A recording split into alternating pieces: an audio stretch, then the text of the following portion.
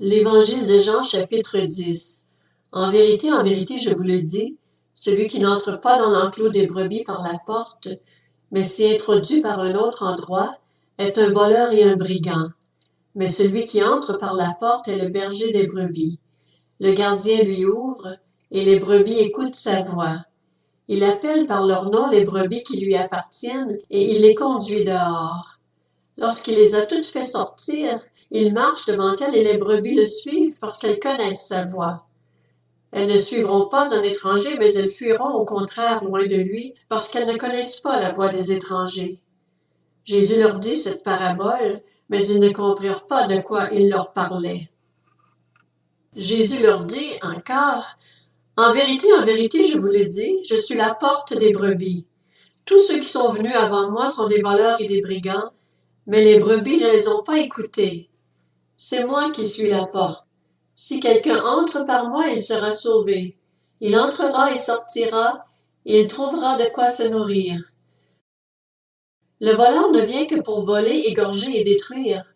Moi, je suis venu afin que les brebis aient la vie et qu'elle l'ait en abondance. Je suis le bon berger. Le bon berger donne sa vie pour ses brebis.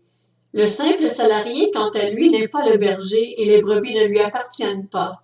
Lorsqu'il voit venir le loup, il abandonne les brebis et prend la fuite.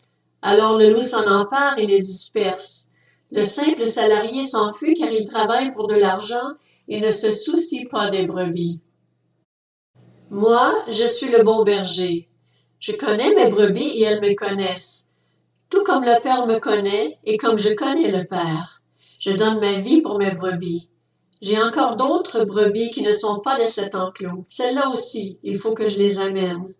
Elles écouteront ma voix, et il y aura un seul troupeau, un seul berger. Le Père m'aime parce que je donne ma vie pour la reprendre ensuite. Personne ne me l'enlève, mais je la donne de moi-même. J'ai le pouvoir de la donner, et j'ai le pouvoir de la reprendre. Tel est l'ordre que j'ai reçu de mon Père. Ces paroles provoquèrent de nouveau une division parmi les Juifs.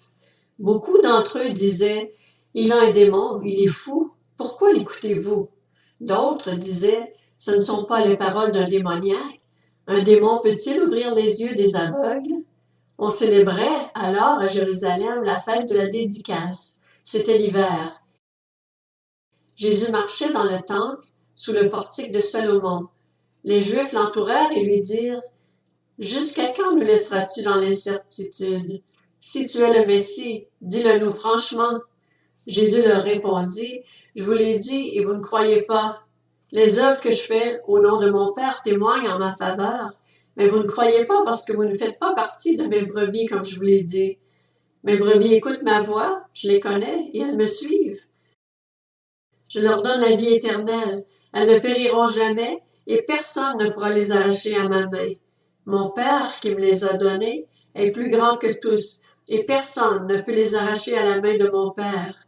Le Père et moi, nous sommes un. » Alors les Juifs prirent de nouveau des pierres pour le lapider.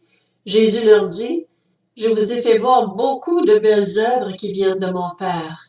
À cause de laquelle me lapidez-vous? » Les Juifs lui répondirent, « Ce n'est pas pour une belle œuvre que nous te lapidons, mais pour un blasphème, parce que toi, qui es un être humain, tu te fais Dieu. » Jésus leur répondit, « N'est-il pas écrit dans votre loi? J'ai dit, vous êtes des dieux.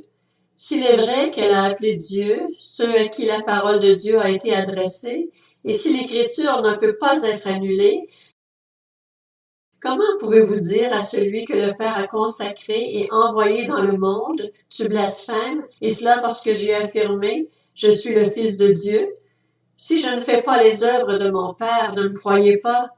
Mais si je les fais, même si vous ne me croyez pas, croyez à ces œuvres afin de savoir et de reconnaître que le Père est en moi et que je suis en lui.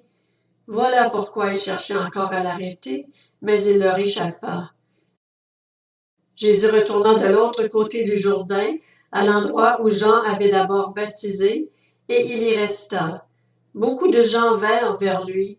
Ils disaient, « Jean n'a fait aucun signe miraculeux, mais tout ce qu'il a dit à propos de cet homme était vrai. » Et là, beaucoup crurent en lui.